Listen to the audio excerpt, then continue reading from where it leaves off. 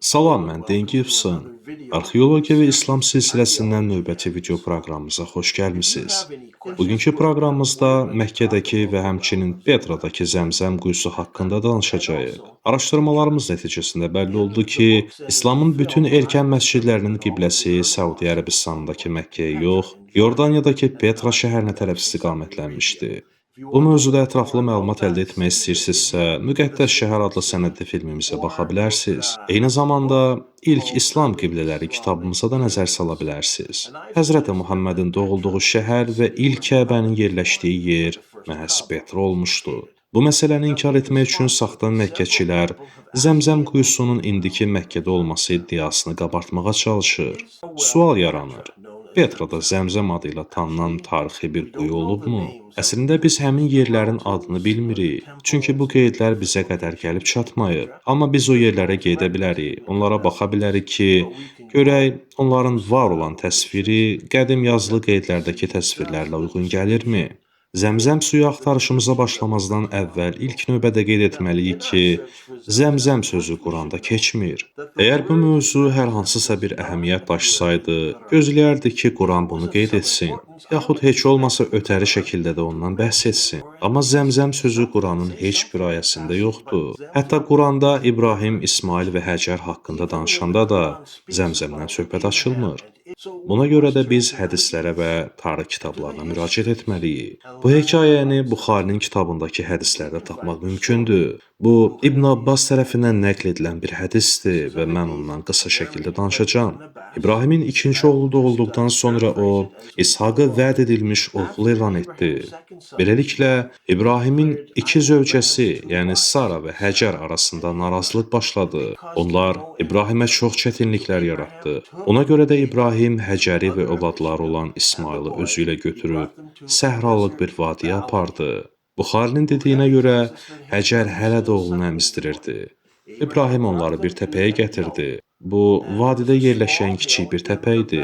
Bəzi yazarlara görə bu yer vadinin ən yüksək nöqtəsi idi. Digərlərinə görə isə yanında quru vadinin yatağı olan kiçik bir təpəcik idi.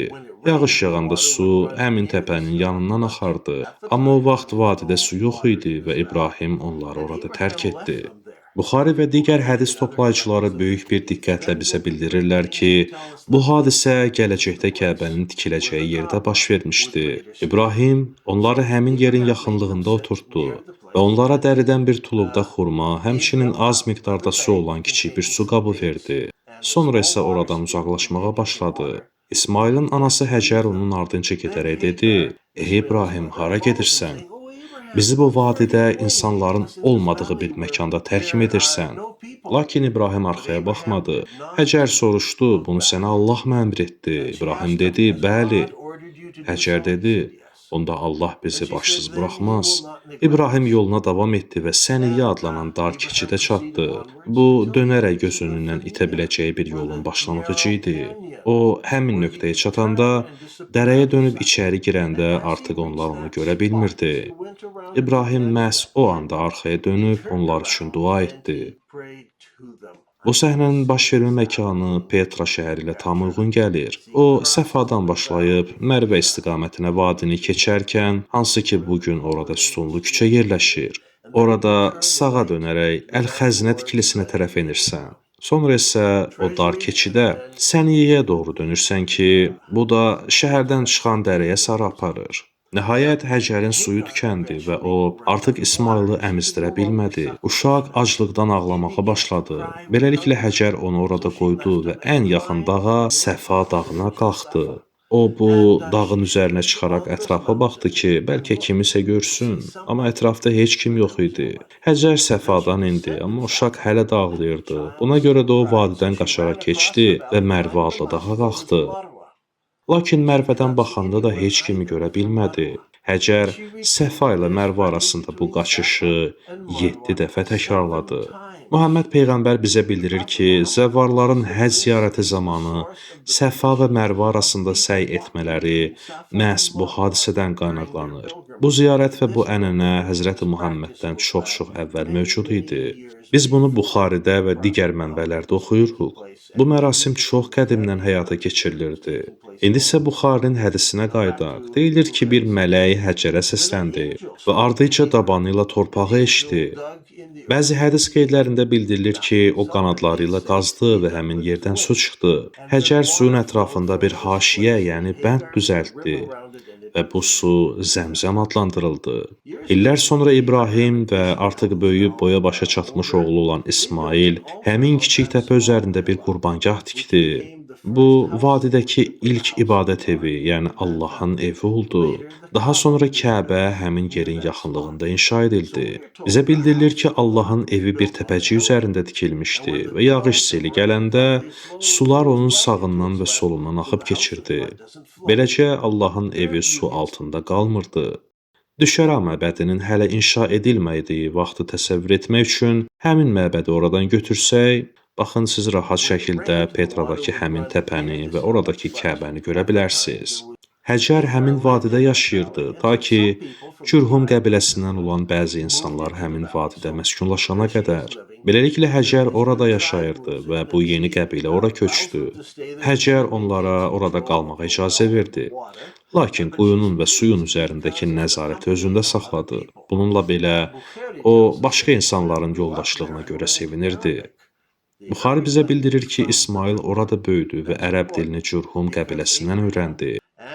Bu mühümdür, çünki İbrahim, Həcər və İsmail erkən İbrani dilinin bir formasında danışırdı, ərəb dilində danışmırdı. Buna görə də İsmail bir müddət sonra qədim ərəb dilini öyrənməli olmuşdu. Musanın Tövratda qeyd etdiyinə baxsaq, orada buna bənzər bir hekayə var. Bu hekayə Yaradılış kitabının 14-cü ayəsində yerləşir. Məncə bu iki hekayəni müqayisə edə bilmək üçün həmin yazıları oxumaq lazımdır. Musanın yazdığı bu hekayə Muhammeddən çox-çox əvvəl qələm alınmışdı. Yəni biz daha qədim bir hekayəyə qayıdırıq. Orada deyilir ki, İbrahim səhər tezdən qalxdı, çörək və bir su tuluğu götürüb Həcərə verdi. Həmçinin uşağı da götürərək özü ilə apardı. Həcər səhralıqda dolaşmağa başladı və tuluqdakı su tükəndi. O, uşağı bir koldan ibarət kölgənin altına qoydu. Sonra bir qədər aralı getdi və yay oxu məsafəsi qədər uzaqda oturdu. Özü ilə danışmağa başlayaraq dedi, "Qoy heç olmasa uşağın ölümünü görməyim." O, uşağın qarşısında oturub içdən-içə yanğı ilə ağlamağa başladı. Sonra Allah uşağın ağlamaq səsini eşitdi. Allahın mələyi göydən Həcərə səslənib belə dedi, "Sənə nə olub ey Həcər, qorxma. Çünki Allah uşağın səsini eşitdi. Qalx, uşağı qaldır və onu qucağına götür. Çünki mən o uşaqdan böyük bir millət yaradacağam." Sonra Allah Həcərin gözlərini açdı və o bir su quyusu gördü. O gedib tuluğu su ilə doldurdu və uşağa içməyə verdi. Bu iki hekayədə oxşarlıqlar var. Həcər və uşaq İbrahimin olduğu evdən uzaqlaşdırılır. Onlar vadidə qalır. Həcərlə körpə İsmail ağlamağa başlayır. Mən inanıram ki, bu həmin vadinin Bəqqə vadisi, yəni ağlama vadisi kimi tanınmasının səbəblərindən biridir. O dövrdən etibarən Həcərin tərk edildiyi bu məkanı yad etmək məqsədi ilə insanlar axın-axın həmin yeri ziyarətə gəlirdilər. Bu hadisələr sonradan Petra adı ilə tanınacaq olan şəhərin salındığı vadidə baş vermişdi. Siz bugün Petraya gedib bu hekayədə qeyd olunan şeylərin izlərini orada açıq-aşkar görə bilərsiniz. Hər iki hekayədə Həcərə bir su mənbəyi, Zəmzəm adı ilə tanınan su qaynağı göstərilir. Bir çox şəxslər mənə yazaraq Zəmzəm haqqında bu cür soruşub. Əgər Kəbə Petrada olubsa, onda Zəmzəm quyusu hardadır? Bu çox yaxşı bir sualdır. Hekayədən nə öyrənirik? Kəbə və Zəmzəm Səfa və Mərvə adlı iki dağ arasında yerləşir. Bu kiçik təpələr deyil, burada açıq şəkildə iki dağdan danışılır. və Allahın evi həmin təpəciyin üzərində tikilmişdi. O da Mərvədən uzaq, Səfaya daha yaxın bir mövqedə idi.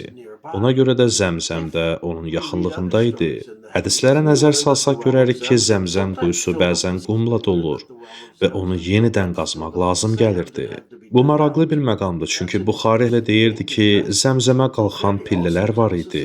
Əgər pillələr var idisə, quyu hündürdə idisə, o zaman niyə onu hər dəfə təmizləmək lazım gəlirdi? Bu doğrudan da düşündürücü bir sualdır. Əgər biz Petraya baxsaq, bu şeylərin harada yerləşdiyini görə bilərik.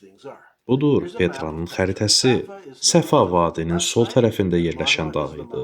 Mərvə isə vadinin digər tərəfində idi. Səfaya yaxın yerdə isə bugün ən böyük və ən mühüm məbədin yerləşdiyi kiçik bir təpəcik var. Əgər İbrahim və İsmail burada ilk Allah evini inşa ediblərsə, deməli, sonradan həmin yerdə bu məbədlər tikilmiş və o yer vadidəki ən müqəddəs məkan kimi qorunmuşdu. Buna görə də bugün həmin yerdə bu nəhəng tikili ucalır. Petra şəhərində Səfa ilə Mərvə arasında bir küçə var. Bu küçə bir dağdan digər dağa doğru uzanır. İnsanlar məhz orada Həcərin 7 dəfə dağlar arasında qaçmasını yad etmək üçün mərasim şəklində həccin səy etmə ritualını yerinə yetirir. Həmin yolun kənarında axar su yatağı mövcuddur. Rəvayətə görə Muhammed əleyhissalam həcc mərasimində 7 dəfə Səfa və Mərvə arası qaçış ritualını yerinə yetirərkən, bu daş döşəməli yolda yox, məhz həmin axar su yatağından geriyə qalan, qurumuş su yolu ilə qaçmağı seçmişdi. Və bu da rəvayətlər vasitəsilə dövrümüzə qədər gəlib çatmış məlumatdır. Yəni Həcər Səfa ilə Mərvə arasında sadəcə dağların başını süzmək və həyəcandan nə etdiyini bilməyəcək tərzdə vaxtını boşa sərf edərək, mənasız yerə o tərəfə bu tərəfə qaçmırdı. Həcər bu iki dağ arasındakı qurumuş axar su yatağında nəsə bir içim su tapmaq ümidi ilə 7 dəfə o yana bu yana var-gəl etmişdi. Çünki indiki Məkkənin əksinə Petra şəhərinin mərkəzində Səfa ilə Mərvə arasında həqiqətən də qurumuş bir su yatağı olub və onun izlərini dövrümüzdə də görmək mümkündür. Beləliklə Zəmzəm quyusunun gözlərindən biri bu sütunlu küçə boyunca hardasa olmalı idi. Bugün isə su vadiyə su kəmərləri və borular vasitəsilə gətirilir. Buna görə də Petradakı Kəbənin yaxınlığında var olmuş Zəmzəm quyusunun yeri artıq itib və illər ərzində baş verən daşqınlarla örtülüb. Bir zamanlar suyun bu vadidən keçməsini tənzimləyən bənd də var idi. Çünki Petra böyük bir şəhər olduğundan sonralar həmin bəndi tikmişdilər. Nəhayət o bənd dağılanda daşqınlar şəhərə daxil oldu və axar su yolunun kənarında olan hər şey daşqın sularının altında qaldı. Gələn və gedən sular Petranın içərisində donlarla qaya və dağıntı qalıqlarını qaladı. Buna görə də bugün hər şey örtülüb və biz yalnız tarixi Zəmzəm quyusunun harada olduğunu təxmin edə bilərik. Amma məncə bu çox əsaslı şəkildə təsəvvürdən uzaq faktlarla təxmin edilə bilər. Bir məsələyə diqqət edin. Görəsən bu vadidə harada elə bir su mənbəyi var ki, oradakı suyun mənbəsi nə vadidən, nə də şəhərə daxil olan boru kəmərlərindən olmuş olmasın. Mən inanıram ki, bu yer Romalıların Infeum adlandırdıqları yerdir. O, Petrada iki vadinin birləşdiyi nöqtədə tikilmişdi. Infeum adı nimfələrin yaşadığı yer mənasına gəlir. Belə tikillər adətən bulaq və ya quyu olan yerlərdə salınırdı. Beləliklə, Petradakı bu vadidə bir nimfeum, yəni su məbədi var. Diqqət edin ki, qədim əlyazmalarda Zəmzəm quyusu üçün işlədilən, ora qalxan və enən pilləkanlar olan qapılı yer yazısı real həyatda Petrada nimfeyumun olduğu yerdə mövcuddur. Ətrafdakı təpələrdə yağış yağanda su onun yanından axardı və həmçinin içini lil ilə doldura bilərdi. Buna görə də mütəmadi olaraq təmizlənməli idi. Məhz buna görə də İslam tarixində də qeyd olunduğu kimi, Zəmzəm quyusu tarix boyu bir neçə dəfə dolmuş və daim təmizlənməyə ehtiyac olmuşdu. Bəs Zəmzəm adı haradan gəlib? Bəzi tarixçilər bunu izah etməyə çalışıblar. İslam tarixində onlar belə bir açıqlama gətiriblər. Zəmzəm sözü ərəbcə dayan mənasını verən zuma sözündən yaranıb. Belə ki, bu sözü Həcər bulaqdan su doldurduqdan sonra onun dayanmasını istəyərkən təkrarlayıb.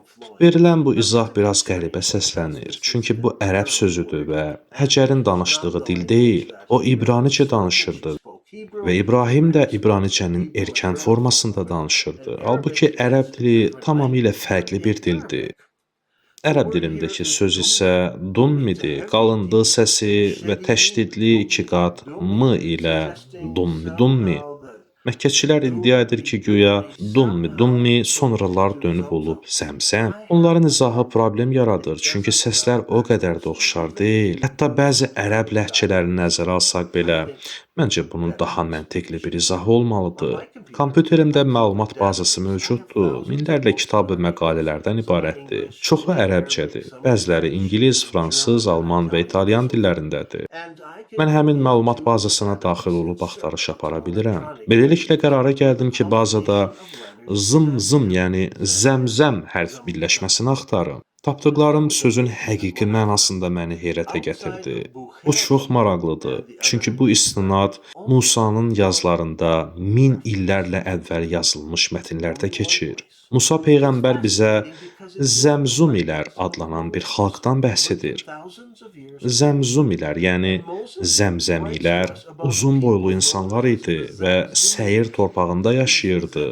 Deməli, əgər kimsə zəmzəmilərin quyusunu, yəni zəmzəm quyusunu axtarırsa, deməli onu zəmzəmilərin yaşadığı səyir torpağında axtarmalıdır. Səyir dağı kiçik bir dağ silsiləsinin adıdır və sonralar Romalılar həmin bölgəyə Petra adını vermişdi. Beləliklə, zəmzəmilərin quyusunun Petrada tapılması heç də təəccüblü deyil. Bundan başqa mən zəmzəm hərfləri ilə bağlı heç bir digər istinada rast gəlmədim. Qədim quyular isə adətən ya onu qazanın adı ilə, ya da yerləşdiyi bölgənin xalqının adı ilə adlandırılırdı. Bu quyu həm də İsmailin quyusu adlanır. Əgər söhbət Petradan gedirsə, bu tamamilə məntiqlidir. Çünki İbrahim, Lut, İshak və İsmail hamısı Ölü dənizin cənubundakı vadinin hər iki tərəfindəki təpələrdə qoyun otarırdı. Onlar gah qərb, gah şərq yamaclarında olur. Aşağıda Ölü dənizin cənubundakı düzənliklərə və o düzənliklərdəki şəhərlərə baxırdılar. Bu baxımdan Zəmzəm quyusunun həmin ərazidə Petra vadisində olması tarixi baxımından tam şəkildə uyğun gəlir. Bugün bir çox müsəlmanlar Zəmzəm quyusunu çox müqəddəs sayır. Onlar düşünür ki, bu suyun içində xüsusi bir bərəkət var. Bəziləri bu su ilə yuyunmaq, bəziləri ondan içmək, digərləri isə onu evlərinə aparıb sevdiklərini onunla məs etmək istəyir. Beləcə dünyanın hər yerində insanlar Zəmzəm suyunun ardınca gedir. Amma arxeologiya bizə göstərir ki, Yordaniyadakı Petra şəhəri əsl müqəddəs Məkkə şəhəri idi və İbrahimin Həcəri tərk etdiyi vadi Kəbənin məkanı və əsl Zəmzəmin yerləşdiyi yer idi. İllər ərzində bu quyu dəfələrlə dağılıb, yeri itbat olub, torpaqlarla dolub, yenidən təmizlənib, yenidən kəşf edilib və bu gün də o yenidən dağıntılarla doludur. Amma Zəmzəm suyunu axtarmaqdan da vacib olan bir məsələ var. Onu da İsa əleyhissalam bizlərə çatdırmışdır. O deyir, kim mənim verdiyim sudan içərsə, bir daha əsla susamayacaq. Və mənim verdiyim su onun içində əbədi həyata çağlayan bir bulaq kimi olacaq. Ona görə də zahiri bir quyu suyu axtarışına çıxmaqdansa, qəlbimizi iman və mənəviyyat suyuyla sirab etməyə çalışmalıyıq. Mən Den Gibson, Arxeologiya və İslam silsiləsindən növbəti video proqramımızda görüşənə qədər.